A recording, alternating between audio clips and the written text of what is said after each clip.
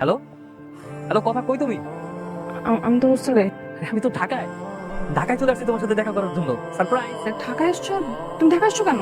আমি তোমার অনেক মিস করতেছিলাম, তাই ভাবলাম আমি তোমাকে সারপ্রাইজ দেওয়ার জন্য ঢাকায় চলে আসি।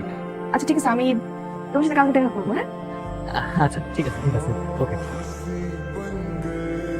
কোথায় যাচ্ছ? চলো ড্রাইভে উঠো। কোথায় যাবো?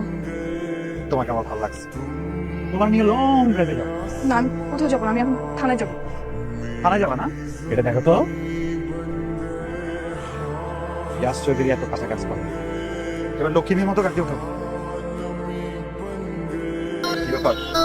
কথা, আমি তোমার সাথে কথা বলতেছি আর তা দাও না, এমন করতেছো কেন? আমার হাতকে আমি খেয়ে ফেলবো? আমাকে দেখে তোমার বাগনান মনে হয়? ছাড় তোমার। ও মাই গড, এটা কি ডায়মন্ড রিং? কপাল কিন্তু অনেক ভালো। ইয়াশ চৌধুরীর পেছনে তো মেয়েদের লাইন লেগে থাকে।